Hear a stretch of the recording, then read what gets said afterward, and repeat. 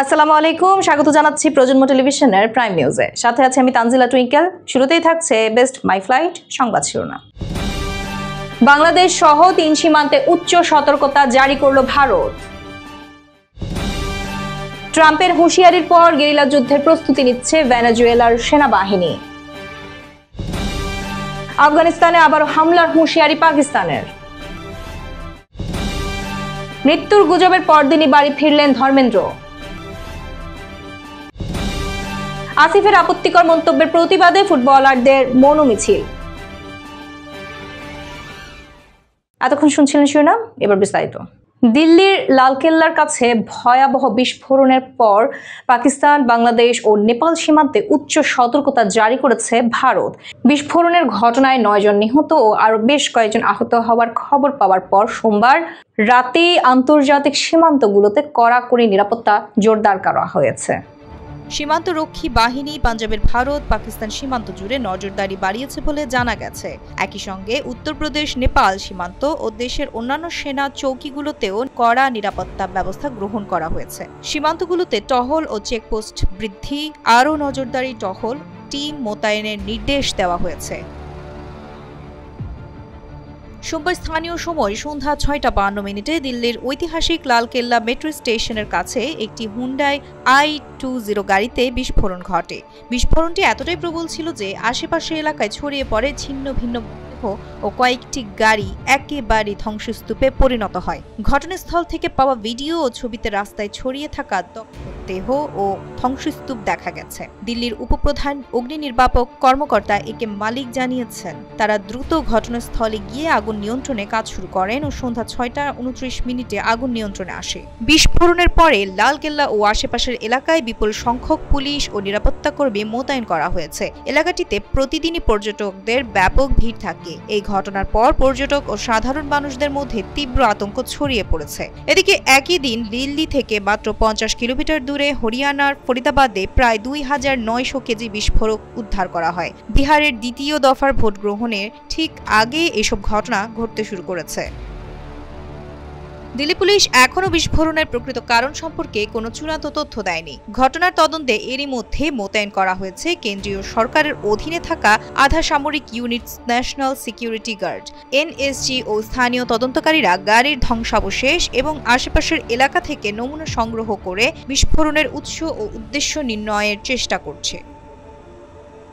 যুক্তরাষ্ট্রের সম্ভাব্য হামলার মুখে গেরিলা ধাঁচের প্রতিরোধ গড়ে তোলার প্রস্তুতি নিচ্ছে ভেনেজুয়েলার সেনাবাহিনী। এরই মধ্যে পুরনো রুশ অস্ত্র সরঞ্জাম মোতায়েন করতে শুরু করেছে নিকোলাস মাদুরোর দেশ। পাশাপাশি আকাশ ও স্থল হামলার ক্ষেত্রে যুক্তরাষ্ট্রের বিরুদ্ধে গেরিলা যুদ্ধের কৌশল গ্রহণের চিন্তা করছে দেশটির সেনাবাহিনী। মার্কিন প্রেসিডেন্ট ডোনাল্ড ট্রাম্প সম্প্রতি ইঙ্গিত দিয়েছেন ভেনেজুয়েলায় স্থল অভিযান চালাতে পারে তার দেশ, যদিও পরে তিনি এই কথা অস্বীকার করেন। অন্যদিকে ভেনেজুয়েলার প্রেসিডেন্ট নিকোলাস মাদুরো অভিযোগ করেন ট্রাম্প তাকে ক্ষমতাচ্যুত করার ষড়যন্ত্র করছেন। এর পরিপ্রেক্ষিতে বিদেশি যে কোনো আগ্রাসনের বিরুদ্ধে তার দেশ ও সেনাবাহিনী প্রতিরোধ গড়ে তুলবে বলে ঘোষণা দেন তিনি। সূত্রগুলোর দাবি, বর্তমানে প্রশিক্ষণের অভাব, স্বল্প বেতন এবং আধুনিক যন্ত্রপাতির অভাবে দুর্বল হয়ে পড়েছে ভেনেজুয়েলার সেনাবাহিনী। অনেক ইউনিটকে স্থানীয় খাদ্য উৎপাদকের সঙ্গে চুক্তি করে সৈন্যদের খাবারের ব্যবস্থা করতে হয়। সূত্রের দাবি, এমন পরিস্থিতিতে যুক্তরাষ্ট্রের সম্ভাব্য হামলা মোকাবিলায় দুটি বিকল্প কৌশল রয়েছে মাদুরো সরকারের। প্রথমটি হল দীর্ঘমেয়াদী প্রতিরোধ, যা মূলত গেরিলা যুদ্ধ কৌশল। দেশ জুড়ে 280টিরও বেশি ছোট ছোট ইউনিট মোতায়েন করা হবে, যাদেরকে দিয়ে হামলা ও ধ্বংসাত্মক অভিযান চালানোর পরিকল্পনা করা হয়েছে। দ্বিতীয় কৌশলটি হল অরাজকতা সৃষ্টি করা, যেখানে গোয়েন্দা সংস্থা ও ক্ষমতাসীন দলের সশস্ত্র সমর্থকদের মাধ্যমে রাজধানী কারাকাস সহ বড় শহরগুলোতে বিশৃঙ্খলা সৃষ্টি করে দেশকে বিদেশি বাহিনীর জন্য অচল করে তোলা হবে।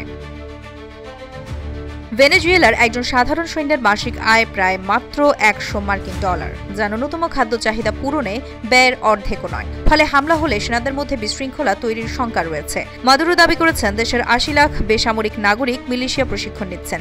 তবে প্রতিরক্ষা সূত্রের ধারণা, প্রকৃতপক্ষে সক্রিয়ভাবে লড়াইয়ে অংশ নিতে পারে মাত্র 5 থেকে 7 হাজার লোক। ভেনেজুয়েলার অস্ত্র ভাণ্ডারের বড় অংশই সোভিয়েত যুগের পুরনো রুশ অস্ত্র। 2000 সালের দিকে কেনা 20টি সুখোই যুদ্ধবিমান এখন অচল প্রায়। এদিকে রাশিয়ার পররাষ্ট্র মন্ত্রণালয় জানিয়েছে ভেনেজুয়েলার অনুরোধে সহায়তা দিতে তারা প্রস্তুত, তবে উত্তেজনা হ্রাসের আহ্বান জানিয়েছে রুশ কর্তৃপক্ষ। ইসলামাবাদ ও ওয়াজিরিস্তানে হামলার পর আফগানিস্তানের ভেতরে লক্ষ্যবস্তুতে অভিযান চালানোর হুঁশিয়ারি দিয়েছে পাকিস্তান। পাক প্রতিরক্ষা মন্ত্রী খাজা আসিফ কর্তৃক আফগান তালেবানকে সশস্ত্র গোষ্ঠীকে আশ্রয় দেওয়ার অভিযোগ, সীমান্ত পার হয়ে অভিযান চালানোর সম্ভাবনা উড়িয়ে না দিয়ে সম্প্রতি ইসলামাবাদ ও দক্ষিণ ওয়াজিরিস্তানের পরপর দুটি বড় সন্ত্রাসী হামলার ঘটনার পর পাকিস্তান আফগানিস্তানের ভেতরে লক্ষ্যবস্তুতে ফের হামলা চালানোর হুঁশিয়ারি জারি করল পারমাণবিক শক্তিধর এ দেশটি। পাকিস্তানের প্রতিরক্ষা মন্ত্রী খাজা আসিফ বলেছেন, সাম্প্রতিক সন্ত্রাসী হামলার পর সীমান্ত পার হয়ে আফগানিস্তানের ভেতরে অভিযান চালানোর সম্ভাবনা উড়িয়ে দেওয়া যায় না। তিনি আফগান তালেবান সরকারকে অভিযুক্ত করে বলেছেন, পাকিস্তানে হামলার পেছনে থাকা সশস্ত্র গোষ্ঠীগুলোকে তারা আশ্রয় দিচ্ছে। মঙ্গলবার পাকিস্তানি সংবাদ মাধ্যম জিও নিউজ এক প্রতিবেদনে এই তথ্য জানিয়েছে। এই ঘটনায় দক্ষিণ এশিয়ার পরমাণু অস্ত্রধারী দেশটিতে চরম উত্তেজনা দেখা দিয়েছে। জিও নিউজের আজ শাহজেব খানজাদাকে সাথ অনুষ্ঠানে প্রতিরক্ষা মন্ত্রী খাজা আসিফ বলেন, আফগান তালেবান সরকারের হামলার নিন্দাকে তিনি অবিশ্বাসযোগ্য বলে প্রত্যাখ্যান করেছেন। আসিফ বলেন, তালেবানের আশ্রয়ে থাকা গোষ্ঠীগুলোই বারবার আমাদের উপর হামলা চালাচ্ছে। হামলার পর এক বিবৃতিতে তিনি আফগান তালেবান সরকারের সঙ্গে আলোচনার সাফল্য নিয়েও সন্দেহ প্রকাশ করেন। আসিফ লিখেছেন, কাবুলের নেতৃত্ব চাইলে পাকিস্তানের সন্ত্রাস রোধ করতে পারে, কিন্তু ইসলামাবাদে হামলার বার্তা এসেছে কাবুল থেকে। ইসলামাবাদের আত্মঘাতী বিস্ফোরণে অন্তত 12 জন নিহত এবং 30 জনেরও বেশি আহত হয়েছেন। এর আগে সোশ্যাল মিডিয়া প্ল্যাটফর্ম এক্সে দেওয়া এক পোস্টে খাজা আসিফ লিখেছিলেন, আমরা এক ধরনের যুদ্ধের মধ্যে আছি। যারা মনে করছে পাকিস্তান সেনাবাহিনী শুধু সীমান্ত এলাকায় লড়ছে, ইসলামাবাদের এই আত্মঘাতী হামলাই তাদের চোখ খুলে দেওয়ার মতো। তিনি বলেন, বিরোধী এই লড়াই সমগ্র পাকিস্তানের যুদ্ধ এবং সেনাবাহিনীর ত্যাগী জাতিকে নিরাপত্তা বোধ দিচ্ছে।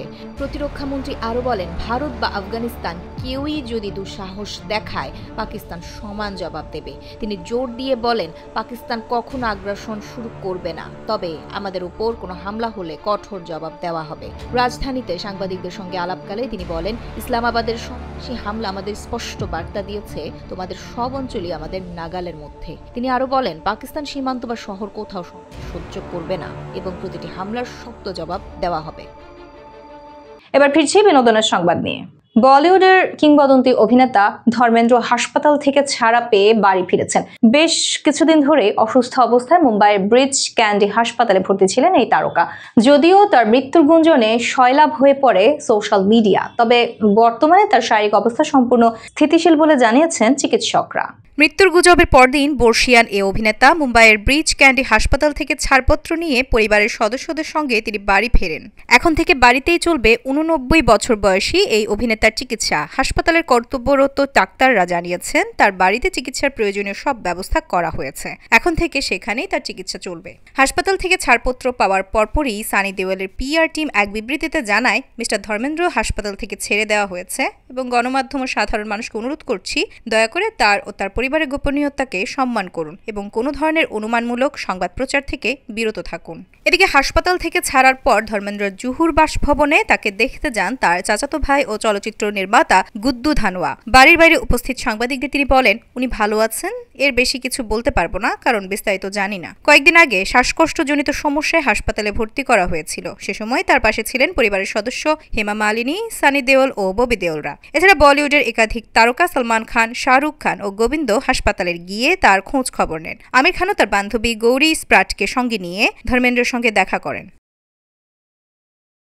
শেষ করছি খেলা সংবাদ দিয়ে। বাংলাদেশ ক্রিকেট বোর্ডের পরিচালক ও সঙ্গীত শিল্পী আসিফ আকবরের ফুটবল ও ফুটবলারদের নিয়ে করা আপত্তিকর মন্তব্যের প্রতিবাদে মৌন মিছিল করেছেন দেশের সাবেক ও বর্তমান ফুটবলার, কোচ এবং সংগঠকরা। বুধবার রাজধানীর বঙ্গবন্ধু জাতীয় স্টেডিয়াম এলাকা থেকে এই প্রতিবাদে কর্মসূচি পালন করা হয়। ফুটবল সংশ্লিষ্টরা আসিফ আকবরের মন্তব্যের জন্য তাকে প্রকাশ্যে ক্ষমা চাওয়ার দাবি জানিয়ে 3 দিনের আলটিমেটাম দিয়েছেন, অন্যথায় তারা কঠোর কর্মসূচিতে যাবেন বলে হুঁশিয়ারি দেন।